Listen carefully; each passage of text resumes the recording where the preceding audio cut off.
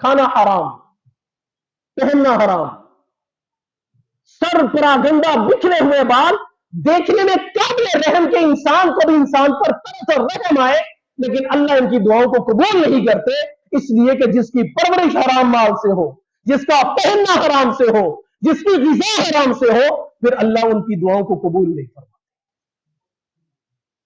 ان اسباب کی طرف میں اکثر یہ کہا کرتا ہوں کہ بیوی اور ماں یہ ایک کام کرنا شروع کریں۔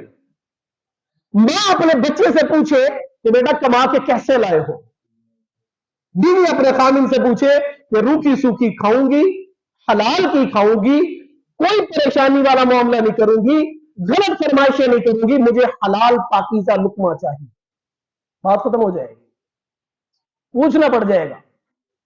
تو آج ہماری زندگیوں کا مقصد کچھ اور ہے، معاملہ ہمیں جو سامنے پیش آنا ہے وہ کچھ اور ہے۔ میرے نبی نے ایک موقع پر خواب میں دیکھا صحابہ اکرام جلدی جلدی جنت میں چلے جا رہے، ایک صحابی بہت مالدار تھے تو ان کو تاخیر ہوئی۔ اب ذرا ذہن میں ہم سب یہ رکھ کے سوچیں کہ یہ وہ مال ہے جو نبی کریم صلی اللہ علیہ وسلم کی سرپرستی میں آپ کے رحمت والے سائے میں ہدایات لے کر صحابہ اکرام نے کمایا، اس میں ایک بھی رائی کے دانے جتنا ایک پائی کا بھی حرام کے اشارے کا گمان بھی نہیں کیا جا سکتا۔ تو فرمایا کہ اس کو حساب دینے میں تاخیر ہو گئی، اس لیے وہ جلدی نہیں آ رہا۔ کہتے ہیں میرا حق ہے، وہ کہتے ہیں آپ کا حق نہیں ہے، میں نے طاقت سے حق لے لیا ہے، تو اللہ کو تو حساب دینا۔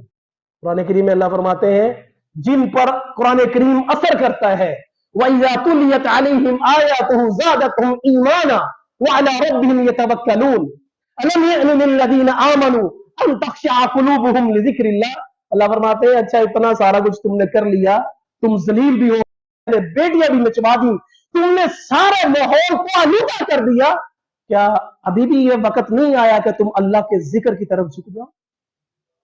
أَلَمْ يَأْنِ لِلَّذِينَ آمَنُوا أَن تَخْشَعَ قُلُوبُهُمْ لِذِكْرِ اللَّهِ۔ تمہارے دل ڈر جائے، کیا اب بھی وقت تمہارا وہ نہیں آیا کہ تمہارے دل ڈر جائے اللہ کے ذکر کے؟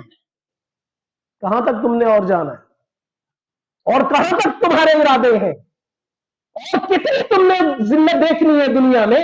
وہ دیکھو ذرا پلٹ کر تاریخ کے اوراق میں اللہ کا نبی اپنی جماعت صحابہ کے ساتھ اہل بیت کے ساتھ کتنا روشن دکھائی دے رہا ہے۔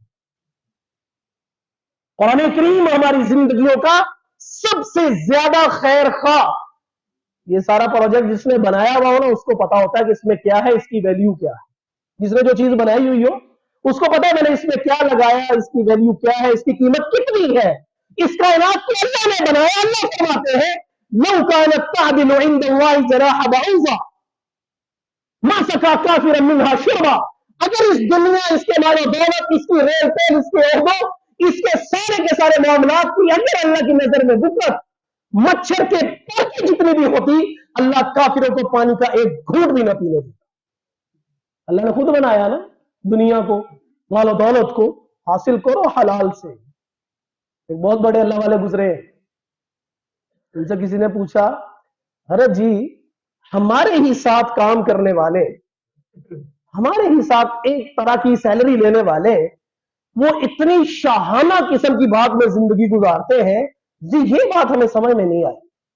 انہوں نے بڑی شاندار بات ارشاد کی، کہا کہ ہر دور کے اندر حلال سے صرف ضروریات پوری ہوگی، ہر دور میں۔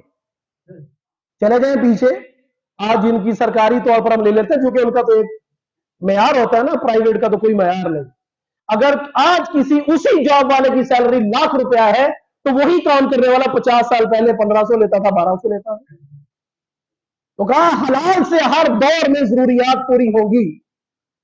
پھر جب تم یہ دیکھو کہ تمہاری کچھ خواہشات پوری ہونے لگ گئی ہیں تو پھر اپنے مال کا جائزہ لینا شروع کرو۔ جائزہ یہی نہیں ہے کہ میں کسی کی تجوری اٹھا کے لے آؤں، جائزہ یہ ہے کہ میرے جو اختیارات اسباب ہے اس میں کوئی جھوٹ تو شامل نہیں ہو گیا۔